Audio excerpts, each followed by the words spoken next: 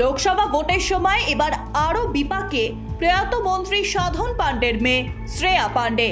সূত্রের খবর, রোজ ভ্যালি মামলায় সিবিআই চার্জশিটে অভিযুক্ত হিসেবে নাম রয়েছে তার। চার্জশিটে কেন্দ্রীয় তদন্তকারী সংস্থার অভিযোগ, 2,22,00,000-এরও বেশি টাকা গিয়েছে শ্রেয়ার দুই সংস্থায়। এমনকি রোজ ভ্যালির টাকায় নাকি চীনেও ঘুরে এসেছেন তিনি। সূত্রের খবর, ওড়িশার ভুবনেশ্বর আদালতে রোজ ভ্যালি মামলার চার্জশিট জমা দিয়েছিল সিবিআই। সেই চার্জশিটে অভিযুক্তদের মধ্যে 1 নম্বরে নাম রয়েছে শ্রেয়া পাণ্ডের।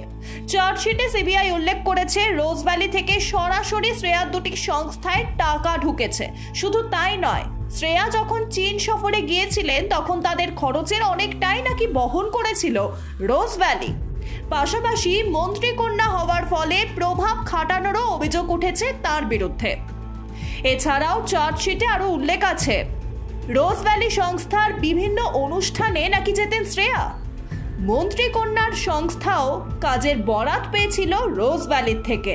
শুধু তাই নয়, অভিযোগ উঠছে প্রাপ্য টাকার থেকে অতিরিক্ত টাকা দেওয়া হয়েছিল তার সংস্থাকে, আর সেই টাকা নাকি ফেরতই দেননি শ্রেয়া। কেন্দ্রীয় গোয়েন্দা সংস্থার দাবি, রোজ ভ্যালি একটি চিট ফান্ড সংস্থা। এটা জানার পরও সেই সংস্থার সঙ্গে ব্যবসা বৃদ্ধিতে সাহায্য করেছে শ্রেয়া। এই ঘটনাকে কেন্দ্র করেই রোজ ভ্যালি কাণ্ডে ফের একবার প্রশ্নের মুখে তৃণমূল সরকারের ভূমিকা। Bureau report, Ritam Bangla.